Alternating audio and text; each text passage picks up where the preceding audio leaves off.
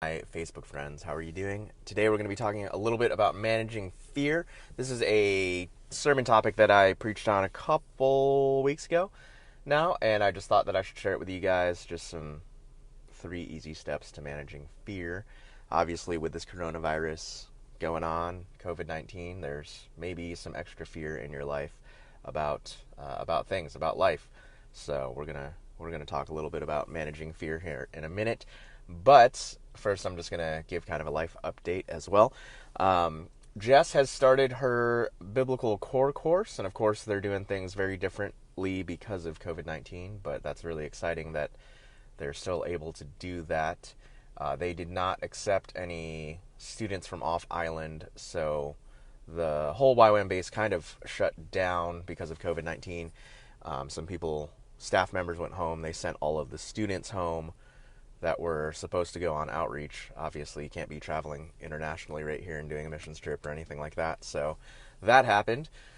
And so there are some staff members here that were supposed to be leading outreaches that aren't doing that right now. And so they are still here and they're going through the course. And that is, that's what's going on. So Jess taught part of the inductive method last week, taught the background required information on Jonah, and that's one of the inductive Bible study steps. That's something that really helps you make a lot more sense of the Bible, is understanding the historical context of when it was written. Just that step alone, I feel like digging into what's going on while this book is being written gives you that bigger picture and helps you make a lot more sense of it. So that is something that's good. And Jess is teaching the book of Genesis this week, so for those students. So just going through that, given that historical background, looking at authorship, and who was this book written to? What was the purpose of it being written? What are some of the major themes? Just making observations with them, and going through some of the more difficult passages. So, good morning, Dad. Thanks for watching. But we're going to talk about, managing fear and just the 3 kind of application steps that I talked about.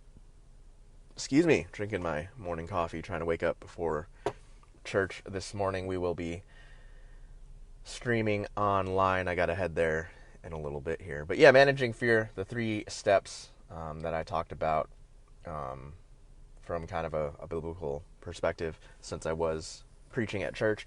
But the first thing is being convinced of the mission. So I referenced a passage of Jesus speaking. I spoke on Palm Sunday, so he was making his triumphal entry, and soon after that he predicts his death, and he, during that time, just says things like, "Not my will, but yours, God." And so Jesus is convinced of the mission. He's convinced of the mission, and that allows him to push through an extremely hard thing and to face that fear.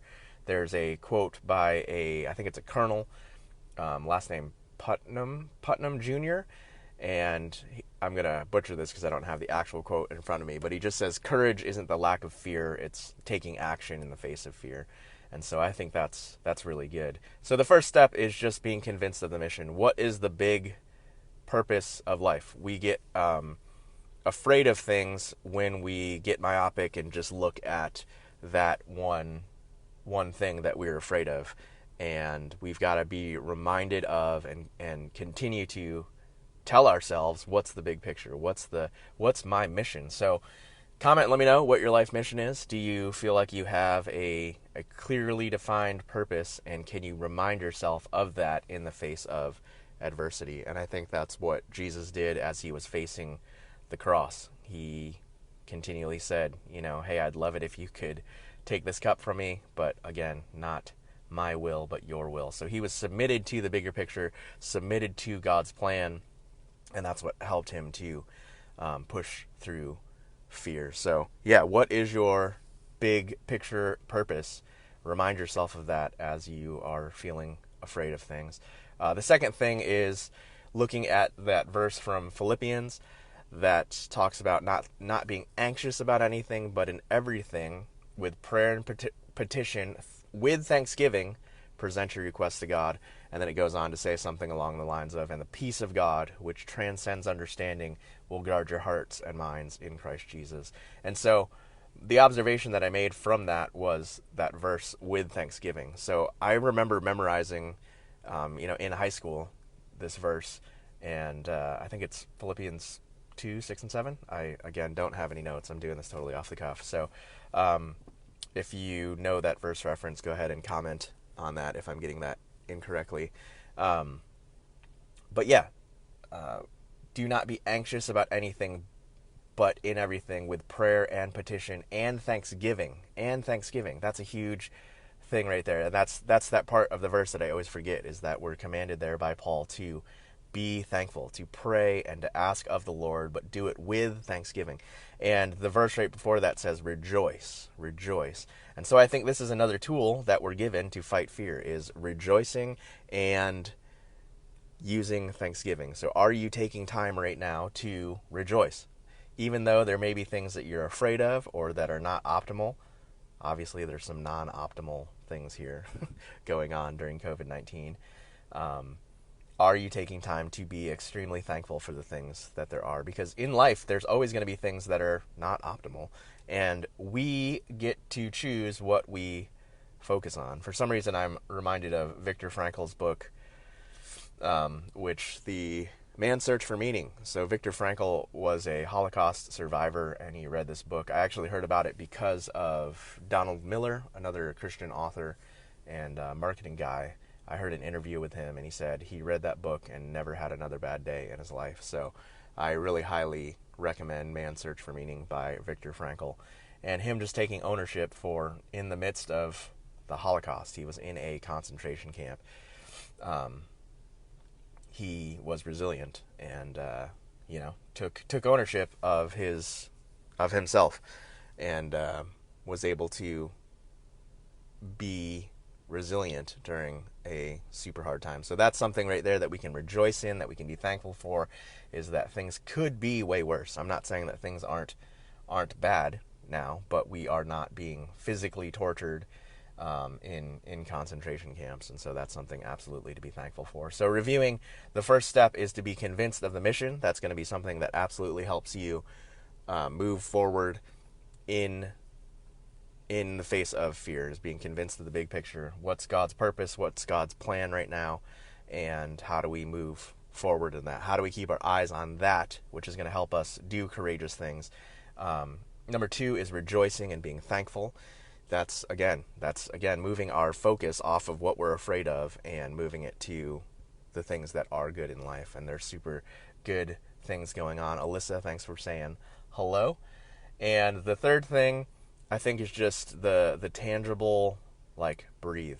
I read a book recently, and it talked about combat breathing is what they call it. And you inhale for 4 seconds, you hold it for 4 seconds, you exhale for 4 seconds, and then you exhale. I think I just messed that up. Sorry. Inhale, hold, exhale, hold, all for 4 seconds in that cycle. Do it 3 times, and it literally calms your nervous system down. It'll lower your heart rate, and I think that's just a good skill to have in your back pocket there. Blake, thanks for watching in the comment. So that's something right there that you can do, is you've got to remember to breathe. I think a lot of times when our minds are spiraling out in fear, we can just, take these steps and kind of remove ourselves from that cycle of fear. I call it spinning out. Sometimes you're getting in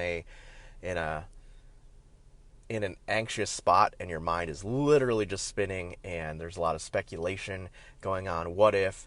And we just get in that place, and you've got to get out of that cycle. And so I think that, the steps that I'm talking about, being intentional about, taking every thought captive and doing that first thing, which is reminding yourself of the big picture, the mission. What has God called us to? Being convinced of that thing. Because if we're convinced of the mission, there's going to be hard things that we have to face.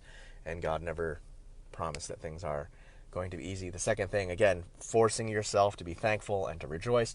And the third thing is just getting off of this cycle through tangibly breathing. If you're in that cycle and you're, spinning out, then you've got to take some time to breathe and get your heart rate down. And also, you've got to find out what are the things that are triggering that fear cycle. Maybe it's about the news. Maybe you're sitting and just gawking at the news and can't stop because it's just this cycle of they're continuing to talk about things. And so you've got to figure out what are the things that are inducing fear in your life, and you've got to remove yourself from that. The news is sensational. That's its purpose, is to get more viewers, and so they've become masters at causing emotion, and you just need to unplug from that news source. So those are my 3 tips for managing fear. Comment, let me know if you have another thing that helps you manage that better. And just in review, it's remind yourself of the big picture. What's God's big plan? 2, rejoice in Thanksgiving. And 3, you got to break the cycle of that fear loop and anxiety. So something I say as one of our family values under resilience is massive action beats anxiety. So if you're feeling anxious, taking action and doing a lot of action, whatever that is, going for a walk, just getting your mind off things, taking massive action beats anxiety. All right, guys, have a great Sunday, and yeah, stay hopeful and keep after it.